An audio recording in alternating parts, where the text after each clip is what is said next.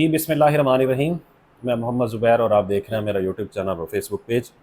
उम्मीद है तमाम दोस्त खैरियत से होंगे।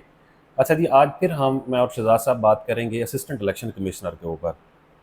अब असिस्टेंट इलेक्शन कमिश्नर क्योंकि सबसे पहले सर हमने ये मालूमात दी थी, हमारे पास वो इश्तिहार भी मौजूद था जो अगले दिन प्रिंट हुआ,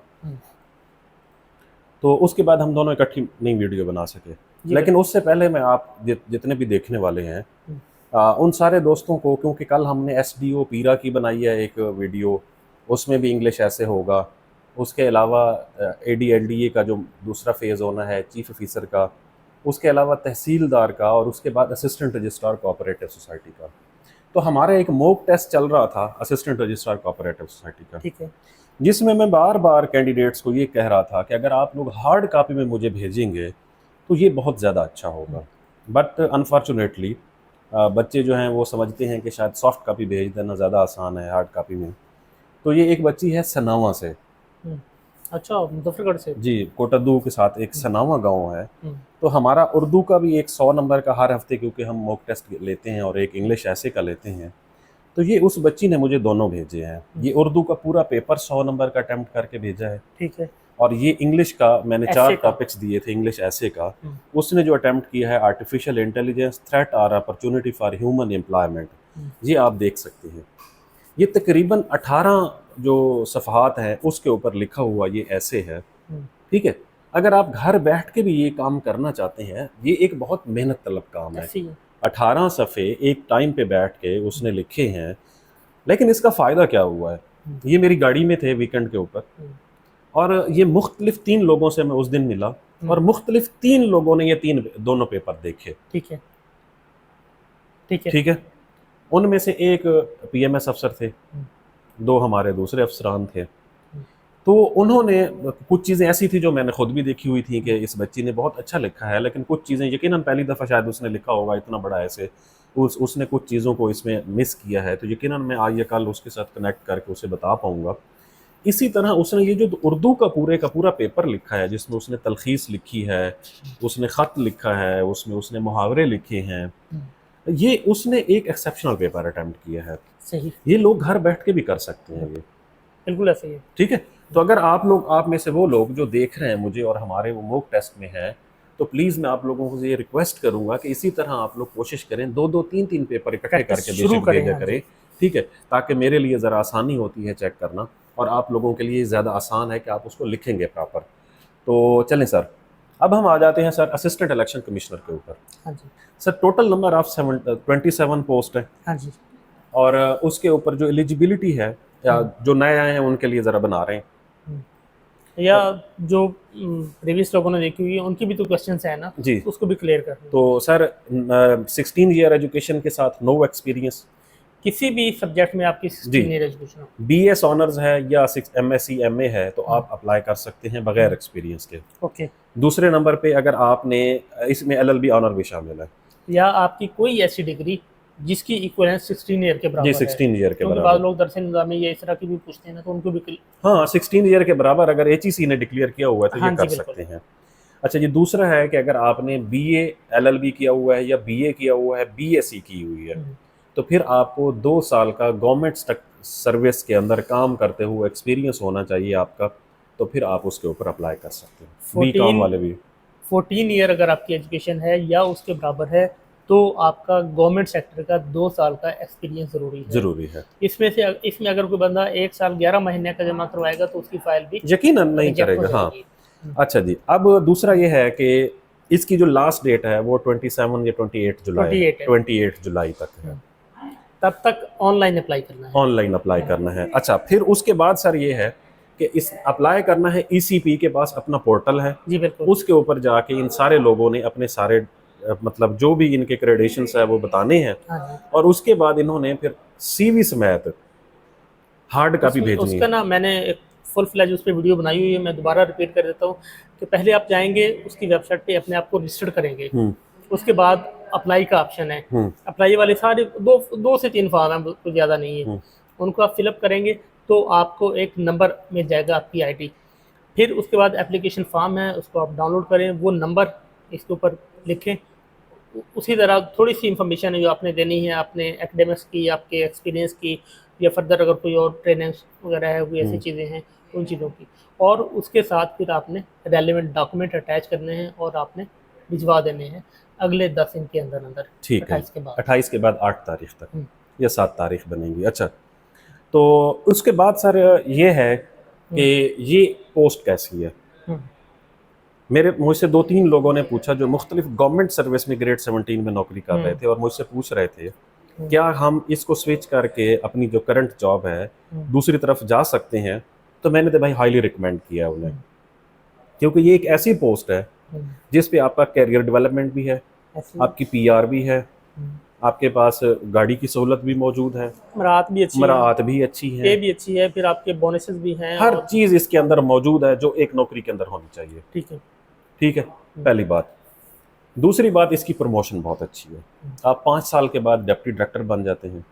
डिप्टी डायरेक्टर को मतलब ईसीपी के अंदर रिवो डाला मिलता है। सही। ठीक है, और डिप्टी डायरेक्टर के बाद फिर इनके डायरेक्टर, मतलब ये डिस्ट्रिक्ट में अगर पोस्ट होंगे तो डिस्ट्रिक्ट इलेक्शन कमिश्नर होंगे, अगर डिवीजन में पोस्ट होंगे तो डिवीजनल इलेक्शन कमिश्नर होंगे, अगर ये सेक्रेटेरिएट में होंगे तो फिर वहाँ पर ये डायरेक्टर होंगे प्रोविंशियल लेवल पे या फेडरल लेवल पे। ठीक है, सही। तो इसमें प्रमोशन का भी कोई इशू नहीं है। अच्छा, अब आप थोड़ा सा बता देंगे कि डॉक्यूमेंट के हवाले से कि कुछ लोग पूछते हैं कि सीवी भेजनी है या नहीं भेजनी है, वो लिखा हुआ है जब सीवी का। हाँ, इसमें वैसे लोग भी ना ज़्यादा ही क्वेश्चन पूछने लग जाते हैं, हालांकि चीज़ें बहुत सी क्लियर होती हैं। अब इसमें मेंशन है कि आपने वो सारे वो एप्लीकेशन फॉर्म जो डाउनलोड हुआ है, आपकी सीवी, आपकी जो अटेस्टेड कॉपीज़ हैं CNIC पिक्चर, और आपकी सारी एकेडमिक्स की और एक्सपीरियंस के साथ आपका डोमिसाइल भी, और ये सारी वो चीज़ें होनी चाहिए जो बाद में वेरीफाई भी जी हो बिल्कुल सके। ठीक है, तो वो सारी चीज़ें आपने भिजवानी हैं। एक सिंपल सा उनका एड्रेस है, deputy director establishment 2 PO box number 1418 Islamabad, इस पे आप लोगों ने भिजवा देनी है जी। अच्छा, अब सर आ जाते हैं इसकी तैयारी के ऊपर। सर मैं इसके पेपर पहले बता दें। इनिशियल तो स्क्रीनिंग टेस्ट है ना। ठीक है। स्क्रीनिंग टेस्ट का ये है कि वो MCQs होगा। हाँ। अभी तक की मालूमात के मुताबिक उसके ऊपर नेगेटिव मार्किंग नहीं होगी, और ज़्यादातर चांसेस यही हैं कि ECP ये खुद कंडक्ट करवाएगा। पहले यही प्रैक्टिस है जी, ठीक है, ये पिछली प्रैक्टिस के मुताबिक। अच्छा, अब हम आ जाते हैं, मेरी ज़ाती ख्वाहिश ये है कि देखें इसमें बेसिक इंग्लिश के क्वेश्चन आने हैं, बेसिक जियोग्राफी के आने हैं, EDS के आने हैं, एवरीडे साइंस के आने हैं। ठीक है, आर्टिकल्स हैं और कॉन्स्टिट्यूशन। हाँ, असल मसला आर्टिकल और कॉन्स्टिट्यूशन का, इस्लामिक स्टडीज़ के भी आने हैं 2017 का इलेक्शन एक्ट। अब 2017 का जो इलेक्शन एक्ट है उसको, और साथ में कुछ कॉन्स्टिट्यूशन के आर्टिकल्स हैं जो कि फेडरल गवर्नमेंट कब कैसे कॉन्स्टिट्यूट होती है, फेडरल असेंबली, प्रोविंशियल असेंबली कैसे कॉन्स्टिट्यूट होती है, सेनेट के इलेक्शंस कैसे होते हैं, इलेक्शन कमिश्नर का रोल क्या होता है, ठीक है, उनकी पावर्स क्या हैं, ये सारी की सारी चीज़ें उन कुछ एक्ट्स के अंदर मौजूद है। आर्टिकल्स में और एक्ट में। हाँ, आर्टिकल्स में, और एक्ट तो स्पेसिफिकली है ही इलेक्शन कमीशन के बारे में ना। हाँ जी। तो ये वो बुनियादी चीज़ है जिसको जिस बंदे ने भी अच्छे तरीके से तैयार किया उसके इस अच्छी सीट पर सिलेक्ट होने के बहुत ज़्यादा चांसेस हैं। अभी तक जो मालूमात आज सुबह भी हमने ली है, अभी तक यही है कि शायद इसका स्क्रीनिंग टेस्ट के बाद ऐसे का टेस्ट होगा। अच्छा, इसमें ना होता ये है, लास्ट टाइम ना मैंने भी दिया था ये इलेक्शन का ना, मेरा भी स्क्रीनिंग हुआ था, उसके बाद मैं भी यही समझता रहा कि शायद इसका रिजल्ट नहीं आया। उस वक्त एक तो ये हुआ था, जिस तरह अभी ED पैसी वाला 3 दफ़ा हुआ है, पोस्टपोन हुआ, फिर जाके पेपर कंडक्ट हुआ, इसी तरह वो भी 2 दफ़ा पोस्टपोन हुआ, तीसरी दफ़ा जाके पेपर कंडक्ट हुआ था।